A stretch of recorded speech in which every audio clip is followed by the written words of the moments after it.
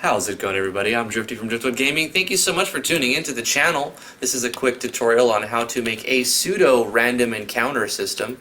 You walk around and you can specify exactly how many steps you want to take or whatever range of steps you want to take, and it will work out exactly the way you want. And you can change this. You can optionally add other things like notifications when you're about to get into an encounter. You can also have things so that you can increase your encounter rate if you want. And you can also set it up so that whatever you get into a battle with is specified or randomized. So that's basically how it looks in game. It's just a random encounter system, but you're not using the game's encounter system. Let's jump into the engine and I'll show you what it looks like in the engine. So we're going to be using a plugin for this, Yanfly's Region Common Event plugin. So if we go to the region, you can see that we've painted region 10 of this map. Everywhere that we want a potential random encounter to occur, where we want to increment the counter, where we want to count for a step, we're going to paint it with a region. It doesn't matter which one you pick. I picked 10, but you'll want to go into your plugin manager. Press Ctrl F to find what plugin. We're going to just type in region. And event spawner, event morpher, find next. Region events. So we're going to be using Yanfly's region events plugin. Put that one in.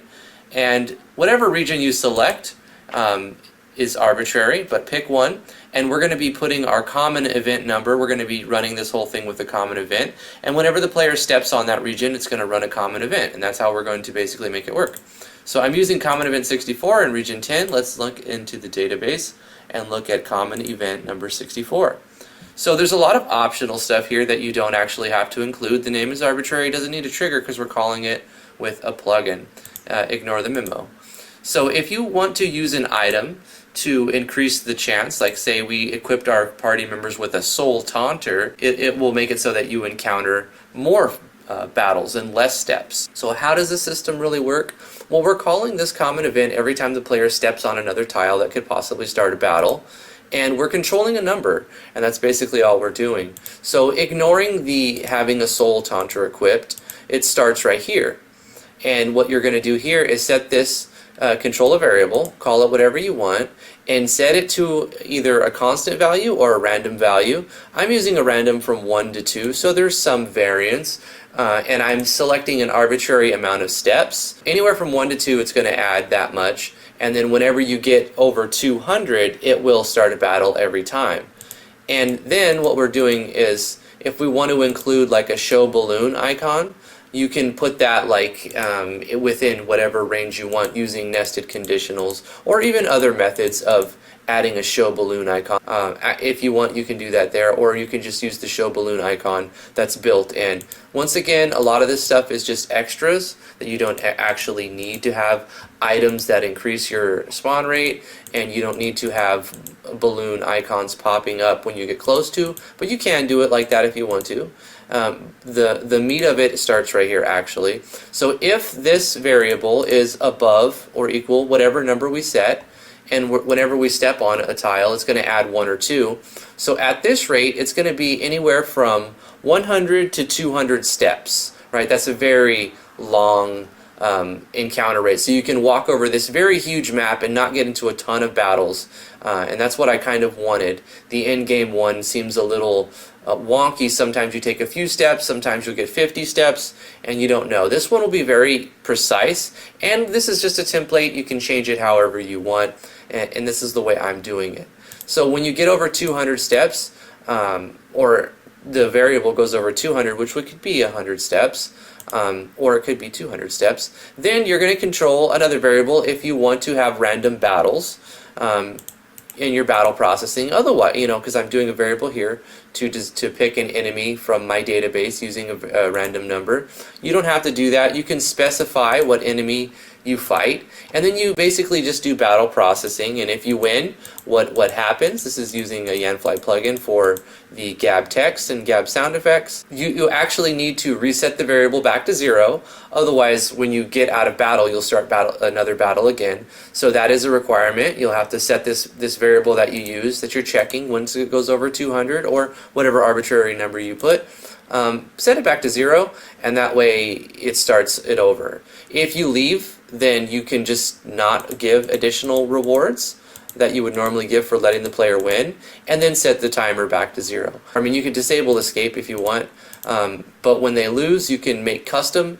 You can do just a game over right here if you want, or you can make it so that it's not actually game over, it just does some sequence. This is, you know, specifically for my game, it'll be different for your game. If you want it very simple, you would just do game over right here. But just to show you what I do, I'm showing an animation and fading out the screen. I'm doing a little pause.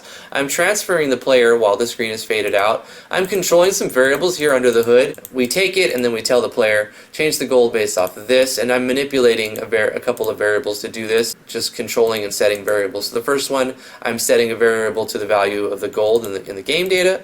The second one, I am setting a variable to the player's money. This is just the way that I'm doing it.